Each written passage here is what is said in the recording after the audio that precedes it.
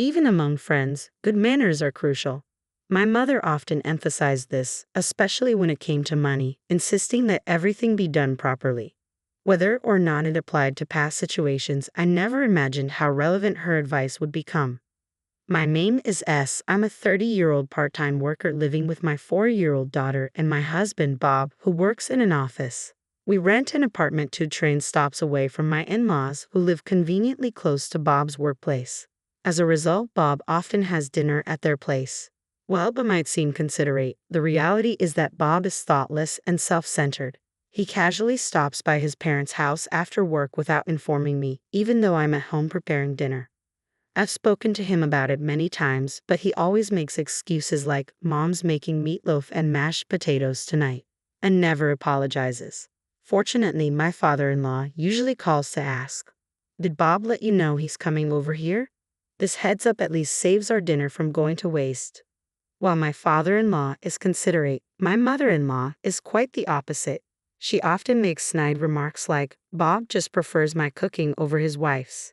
Whenever Bob visits them, she'd call to gloat, "He just feels more at ease at home. Sally, you need to make a home where your husband wants to stay."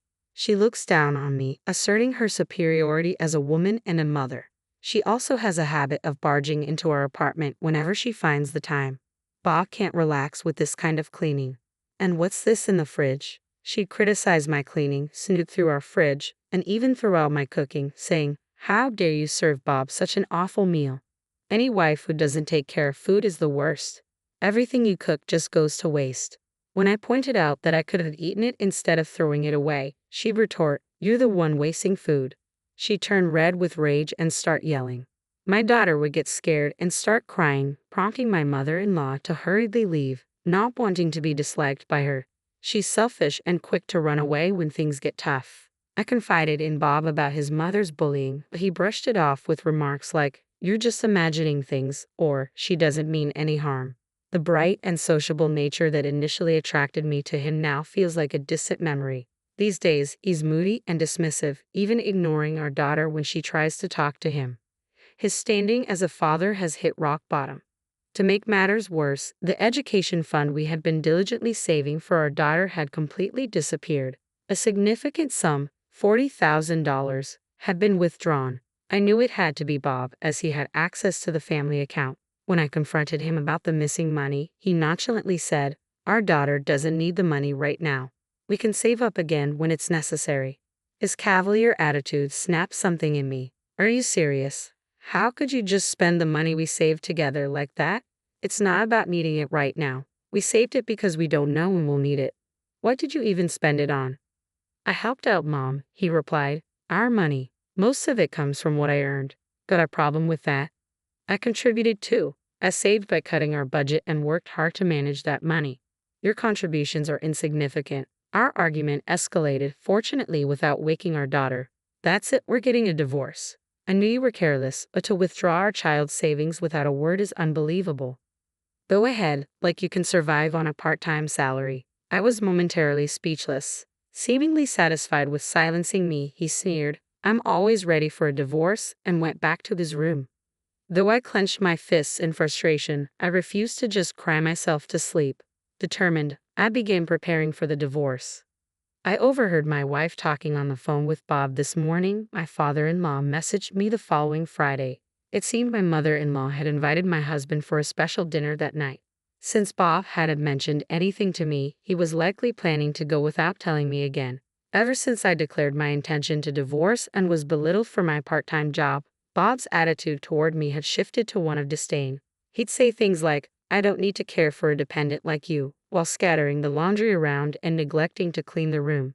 His nitpicking, "You call this cleaning?" was just like his mother's. I saw the call from my father-in-law as the perfect opportunity to put my plan into action. I timed my visit to coincide with Bob's return from work, only to find that my father-in-law hadn't yet arrived home. Bob and my mother-in-law were visibly surprised to see me, but my mother-in-law sneered, "Oh, knowing we're having sushi for dinner, you decided to drop by and freeload? How despicable. You don't deserve sushi," Bob added, his tone harsh. It was clear they had no intention of letting me inside. Though the detached house had a wooden front door that wasn't very soundproof, Their loud shouting was audible outside. As usual, they were a selfish pair, completely oblivious to those around them. I haven't received any message about coming for sushi.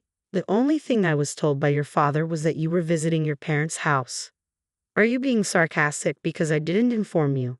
Do I need to report every move to a housemaid? It's creepy for a wife to talk to my dad behind my back, he said, seeming almost entranced by his own abusive words while my mother-in-law smirked in the background. I retorted, the one being creepy is you, causing her smile to falter. What did you say? It's disgusting to twist your father's kindness like that. You're just a lousy husband who can't communicate. Can't you see he's only trying to be considerate? My words seemed to strike a nerve. Realizing his lack of communication, Bob bit his lip and fell silent. Then you should have declined and avoided causing trouble for Dad with your brazen behavior, my mother-in-law defended him. But her words were hollow and meaningless. Keep arguing over there. I didn't come here to waste time with you. Let's get to the point. I want a divorce. What? Really? Bob's eyes widened in genuine shock. You think you can manage on a part-time salary? I'm not giving up our granddaughter. You're not fit to raise her. Go apologize to Mom. I calmly explained the situation to the shouting pair. Starting next month, I'll be working full-time again. I'm currently working part-time in medical administration at the same place where I worked full-time before we got married. When I mentioned considering a divorce to my colleagues, they recommended I return to full-time work. The kindergarten my daughter attends is near my workplace, so I can pick her up during my lunch break, and she can stay at the daycare till my shift ends. They even advised me on this. You can't possibly raise her on your own, my mother-in-law insisted. Anticipating you'd say that, I've already arranged to live with my parents. They're taking care of my daughter today. Unlike a certain husband who dismisses his daughter, they shower her with love and attention. What? My mother-in-law turned to Bob, who awkwardly looked away. Don't joke around, that's unacceptable. Her voice trembled with agitation. A father who secretly uses the education fund is harmful, I said firmly. At that moment, the front door opened, and my father-in-law appeared, saying, Sorry for interrupting. Can I hear more about this? It seemed he had been listening at the entrance. You use the education fund? What do you mean, Bob? Dad, it's not what it seems. Mom asked me for help with renovation costs, so I supported her, Bob said. Renovation costs. My father-in-law looked confused and turned to my mother-in-law for clarification. Bob suggested we move in together.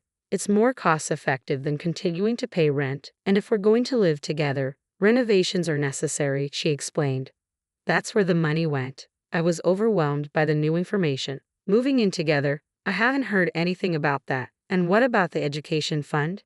Sally, can you clarify? I then explained to my father-in-law about the money Bob had withdrawn and that we were getting a divorce. Then you should just leave. Leave the granddaughter here. I'll take care of her, my mother-in-law insisted, her voice trembling. No, this is a decision made by my husband. I can't go back on a promise made between spouses. Ha! I don't remember agreeing to anything like that, I thought to myself. I pulled out a file from my bag and showed it to them. This is the pledge we made regarding the education fund, especially considering Bob's carelessness. I had documented our agreement just in case. My mother always said to document everything related to money, I explained. Bob's signature is here, my father-in-law observed, sounding impressed. What? Why is this here? Bob asked in a panic, likely having signed without fully understanding the terms. The agreement was straightforward. If the education funds were used for anything other than their intended purpose, it would lead to an immediate divorce. In such a case, custody of any children involved would go to the other parent. If Bob couldn't comply, he would be required to pay twice the amount used, giving me grounds to pursue divorce mediation. Essentially, Bob would lose custody and, if unable to meet his obligations, would owe me $80,000, allowing me to seek mediation for the divorce. If you follow your mother's advice, this will turn into a dispute involving an $80,000 payment. I've gathered ample evidence of both your usual behavior and your mother's treatment of me, so you can imagine who will get custody in mediation. I smiled slightly, and my husband gasped. Huh? My father-in-law looked surprised, let out a heavy sigh, and said to my mother-in-law, For now, return the money Bob gave you. You haven't started the renovations yet, so the money should still be there. Upon hearing this, my husband's face brightened, possibly thinking that returning the education fund might make the divorce impossible. My mother-in-law, facing his hopeful expression, turned pale and shook her head. "It's gone. I've already spent it," came a weak voice, eliciting gasps of surprise from everyone. "What?" My mother-in-law trembled and fell silent. "There was a bag I wanted and some clothes too. I only meant to borrow them, but I couldn't resist," she confessed. I was at a loss for words, but my father-in-law quickly responded, "This is ridiculous. What were you thinking?" But Bob said we could save up again for the granddaughter's education fund, so I thought it would be okay," she defended herself. "What? You knew it was meant for our daughter's education and has still spent it. How can you say you won't hand over our granddaughter? Who's truly despicable here?" "You and Bob are the worst kind of parent and child," I said, my anger boiling over, my voice colder than I intended. My mother-in-law stared at me, stunned. "I'm sorry, but I no longer want to be part of this family." "I agree. They're nothing but toxic to our precious granddaughter." At these words, my mother-in-law broke down in tears. After that, I divorced Bob. Thanks to the evidence of mistreatment and the pledge, the child support and property division went as I had hoped. The education fund, which included a third from my salary, along with alimony, totaled $50,000, which I received.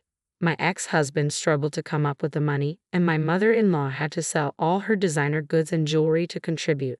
The remaining amount was covered by my father-in-law. Bob and his mother tried to blame my father-in-law, saying, "Helping your wife is a husband's job," but he became enraged and severed ties with both of them. My ex-husband approached my mother-in-law about moving in together after he had botched a project at work, leading to a demotion and a reduced salary. They could no longer afford their apartment rent and had to downsize to a smaller place. To raise the necessary funds, they were forced to cancel their life insurance policies. By pooling the money from each policy, they managed to cover the repayment amount. It seemed he was looking for sympathy when he reported the completed payment and recounted his struggles. When he spoke of his difficulties while informing me about the payment, I simply responded with a noncommittal "aha" and let it go.